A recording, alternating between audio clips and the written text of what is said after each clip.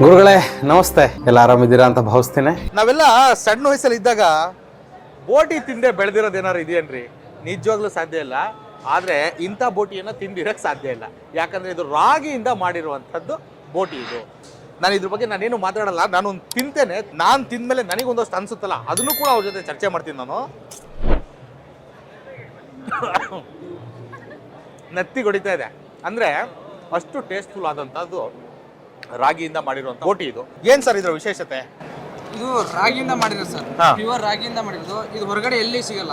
ನಮ್ಮ ಪ್ರಾಡಕ್ಟ್ ಅಲ್ಲೇ ಸಿಗೋದು, ಹಾಸನಲ್ಲಿ ಸಿಗುತ್ತೆ ಸರ್. ಇದು ಚೆನ್ನಾಗಿದೆ.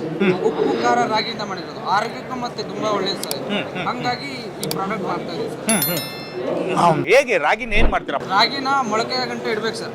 ಆಮೇಲೆ ಅದು ಮಿಷನ್ ಅಲ್ಲಿ ಹಾಕ್ಬಿಟ್ಟು ಉಪ್ಪು ಖಾರ ಹಾಕ್ಬಿಟ್ಟು ಅದಾಗೆ ಬರುತ್ತೆ. ಇದು ಮಿಷನ್ ಇಂದ ಬಂದ್ಮೇಲೆ ಇದು ಒಣಗಿರಲ್ಲ ಸರ್. ನಾವು ಬಿಸಿಲಿಗೆ ಒಣಗಾಕಿ ಇಡ್ಬೇಕು ಸರ್, 3-4 ದಿನ. ಆಮೇಲೆ ಪ್ಯಾಕ್ ಮಾಡಿಬಿಟ್ಟು ತರ್ತೀವಿ ಸರ್ ಹೊರಗಡೆ. ಓಕೆ. ಅಂದ್ರೆ 2-3 ದಿನ ನ್ಯಾಚುರಲ್ ಬಿಸಿಲಲ್ಲಿ ಒಣಗಿಸ್ತೀರಾ? ಬೇರೆ ಯಾವುದೇ ರೀತಿಯ ಕೆಮಿಕಲ್ ಹಾಕಿ ಒಣಸೋದಾಗ್ಲಿ ಡ್ರೈ ಮಾಡೋದಾಗ್ಲಿ ಮಾಡಲ್ಲ. ವೆರಿ ನ್ಯಾಚುರಲ್ ಆಗಿ ಇದೇ ಕಲರ್. ಇದಕ್ಕೇನು ಕಲರ್ ಕೂಡ ಅವಶ್ಯಕತೆ ಇಲ್ಲ. ಏನಿಲ್ಲ ಸರ್, ಅದೇನು ಮಿಕ್ಸ್ ಇಲ್ಲ. ಓಕೆ. ಅಂದ್ರೆ ನಾವು ತಿನ್ನ ಆಹಾರದಲ್ಲಿ ಒಂದಷ್ಟು ಒಳ್ಳೇದನ್ನ ಹೇಗೆ ಹುಡುಕ್ಬೇಕು ಅಂದ್ರೆ ಇಂಥದ್ರಲ್ಲಿ ಹುಡುಕ್ಬೇಕು ನೋಡಿ. ಯಾಕಂದ್ರೆ ಸಿರಿಧಾನ್ಯಗಳನ್ನ ಬಳಸಿ ಅಂತೆ. ಎಲ್ಲಪ್ಪ ಹೋಗಿ ಕಡಿಯನ್ನ ಕುತ್ಕೊಂಡು ಮಾಡೋಣ, ಯಾರೋ ಒಬ್ರು ಮಾಡಿದ್ದಾರೆ ಸಿರಿಧಾನ್ಯದಿಂದ. ಸೊ ಅದನ್ನು ಬಳಸೋಣ, ಅದನ್ನು ಬಳಸೋ ಜೊತೆಗೆ ನಮ್ಮ ಹೆಲ್ತನ್ನು ಕೂಡ ಕಾಪಾಡ್ಕೊಳ್ಳೋಣ ಅನ್ನೋದು ಒಂದು ಕಾನ್ಸೆಪ್ಟು. ತುಂಬಾ ಯುನೀಕ್ ಆದಂಥ ಕಾನ್ಸೆಪ್ಟು.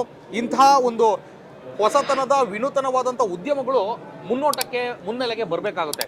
ಅವರ ಬದುಕು, ನಮ್ಮೆಲ್ಲರ ಜೀವನ, ನಮ್ಮೆಲ್ಲರ ದೈಹಿಕ ಆರೋಗ್ಯ ಕೂಡ ಉತ್ತಮವಾಗಿರ್ತಿದೆ ಅಂತೇಳಿ ನನ್ನ ಅನುಭವ. Sir thank you. ಇಂಥದ್ದೊಂದು ಪ್ರಾಡಕ್ಟ್ನ ಲಾಂಚ್ ಮಾಡಿದ್ದಕ್ಕೆ ನಿಮಗೆ, ನಿಮ್ಮ ಸಂಸ್ಥೆಯ ಮುಖ್ಯಸ್ಥರಿಗೆ, ನಿಮ್ಮ ಸಂಸ್ಥೆಯ ಎಲ್ಲ ಜನರಿಗೂ ಒಂದಷ್ಟು ಜನರಿಗೆ ಉದ್ಯಮ ಕೊಡ್ತೀರಾ, ಒಂದಷ್ಟು ಪ್ರಾಡಕ್ಟ್ಗಳ ಮೂಲಕ ಆರೋಗ್ಯವನ್ನು ಕಾಪಾಡ್ತೀರಾ. ಒಳ್ಳೆಯದಾಗಲಿ. ಚೆನ್ನಾಗಿದೆ, ತುಂಬ ಚೆನ್ನಾಗಿತ್ತು. Thanks for watching. Please like, share and subscribe to our channel for more updates.